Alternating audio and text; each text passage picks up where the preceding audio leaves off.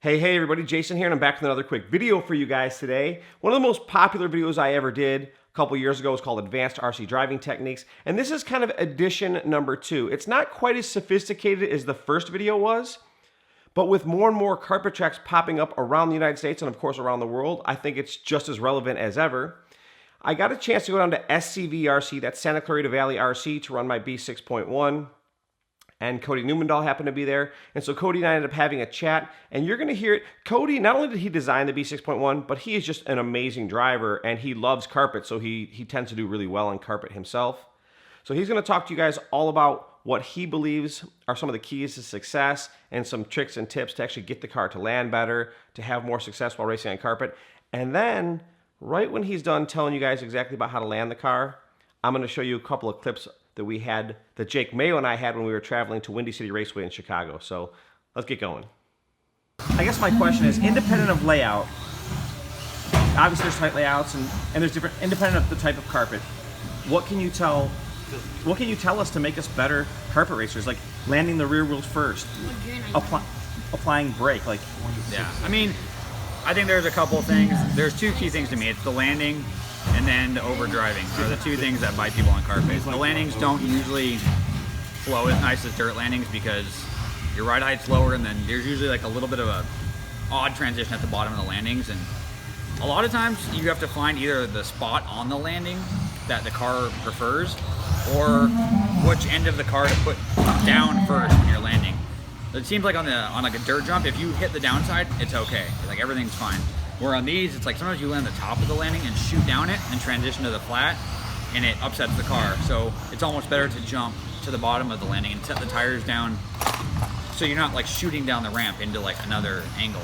So that's one big thing. And then flat landing with these things, you really have to, if it's into a corner, like right into a corner, you're not on the gas, you're immediately turning, usually the front tires need to hit slightly first. Like you set the front tires down, set the rear tires down, then steer. You have to like just give it that extra little, tenth. But if it's on, if there's like a straightaway after this jump and it's like a flat landing, usually it's like rear tires, which is what you were asking about earlier. It's like over here you got that big jump, and then there's, I don't know, 20 feet over here after it. And you hit the rear tires first, and on power it kind of like locks the suspension up, uses the drivetrain to help it land better.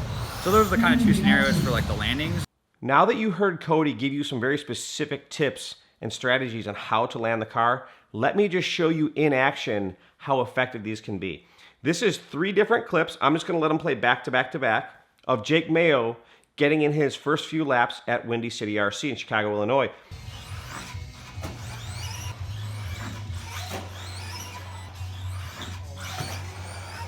You'll see in the first clip, he kind of lands the car, it kind of smacks a little bit, it flat bottoms, it has to settle.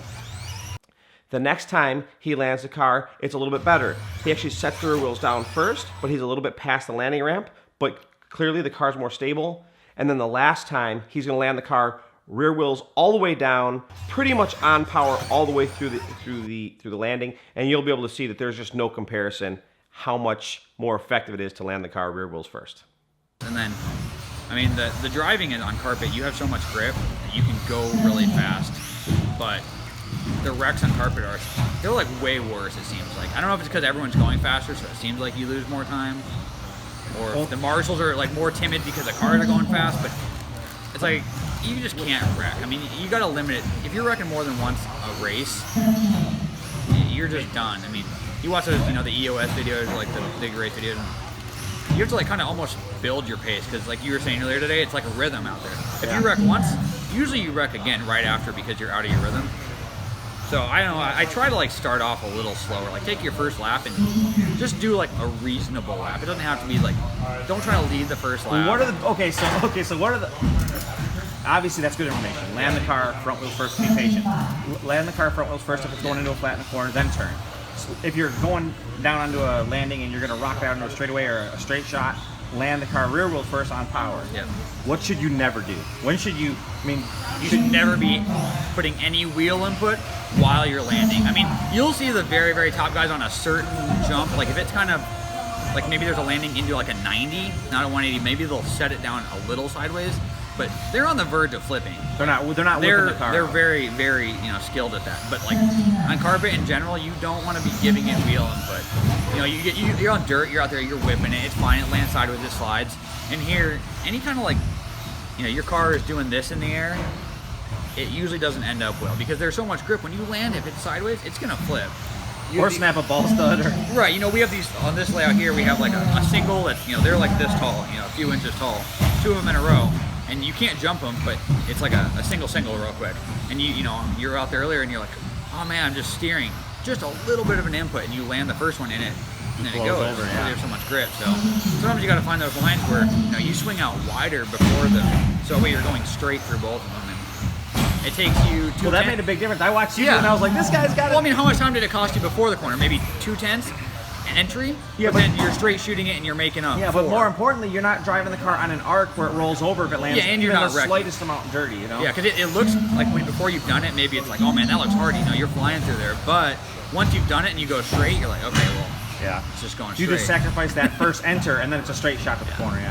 Yeah. Carpet's just the lines are different. You can slow down and accelerate faster, so like driving more square isn't always a bad thing. Like it's okay to slow down and almost straight line certain sections more than you normally would.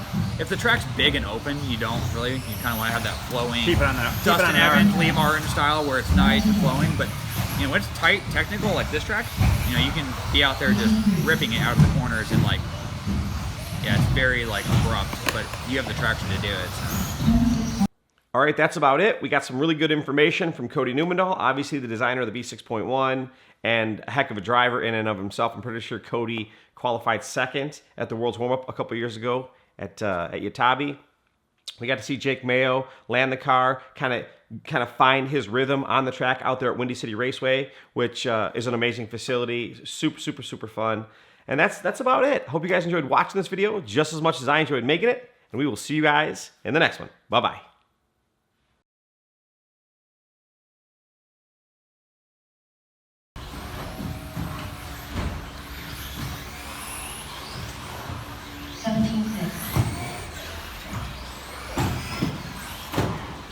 .3.